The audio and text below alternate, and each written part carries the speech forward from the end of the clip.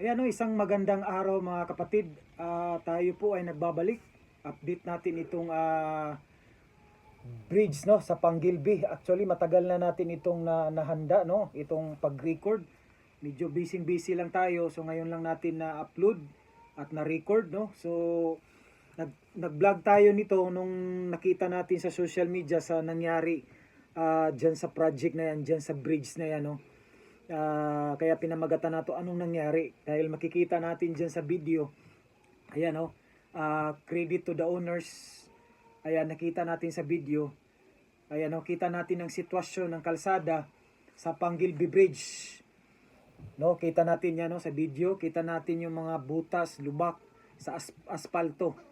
So even 2 lanes yan, yung 1 lane no, wala nang madadaanan dahil sa sira at talagang mahina lang ang pagpapatakbo sa dahil sa kondisyon ng kalsada at hindi ito maganda sa mga naga-travel, lalong-lalo na sa mga motor.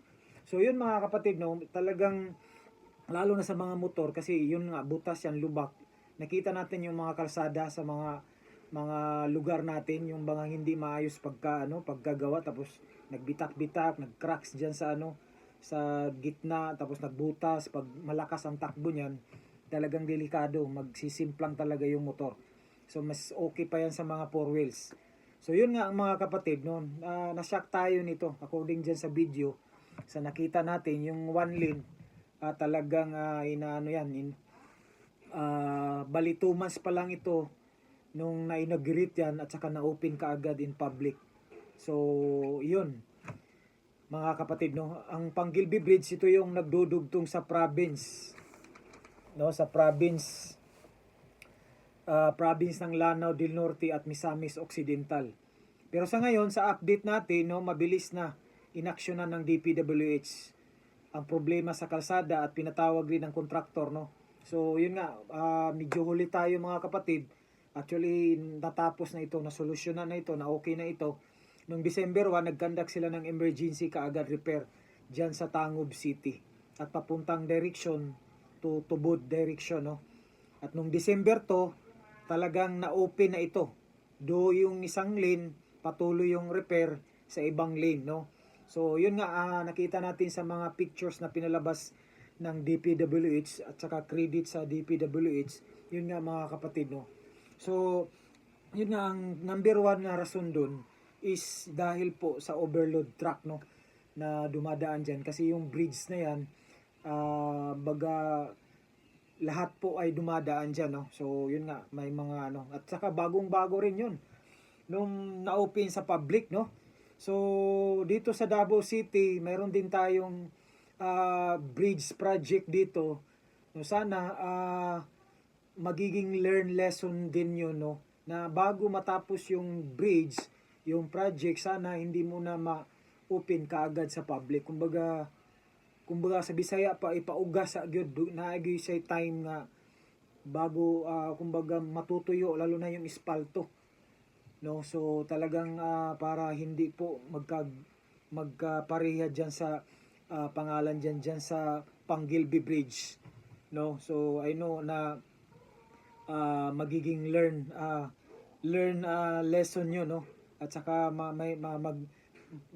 mabantayan kung ano ang dapat na hindi pwede mangyari yon mga kapatid. Kasi yun nga, talagang maapektuhan yung transportation, yung mga kumbaga bakit nagaganyan, no?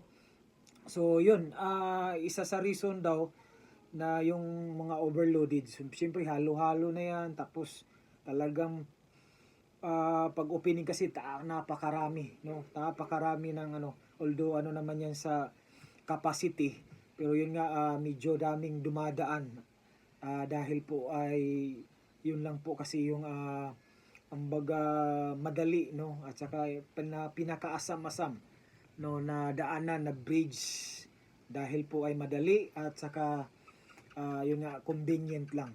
So yun mga kapatid, no, yung pangalawang rason doon, yung pagbuhos ng malakas na ulan, no? So yun ang nagpapalala, no, sa pinsala dahil sa tubig ulan ay humantong sa malawak na pagkalat ng, no, yun nga, medyo pumapangit yung ano ng semento at yun nga pagpapalawak ng mga lubak. Siyempre pag may mga butas yan tapos hindi medyo ano na yung semento, yung spalto talagang bubutasan tapos marami pang dumadaan. So talagang magkaano yan, no? Lubak-lubak talaga yan, no? So talagang apektado yung mga ano yun, yung mga lugar na yun sa lubak-lubak.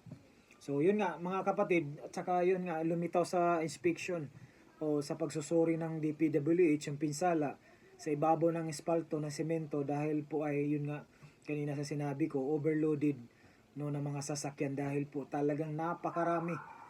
Nung nakita natin yan diyan no napakaraming dumadaan no.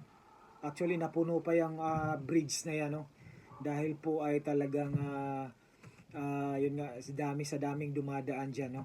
So dahil overloaded no na sasakyan na tumatawid sa tulay bago ipinatupad yung control no. So yun mga kapatid, hanggang dito, hanggang sa sunod muli tayo no. So in-update natin ito, in-upload natin ito dahil po ay nakatingga sa atin no sa ating mga schedule na dapat i-upload no ng mga video. Okay?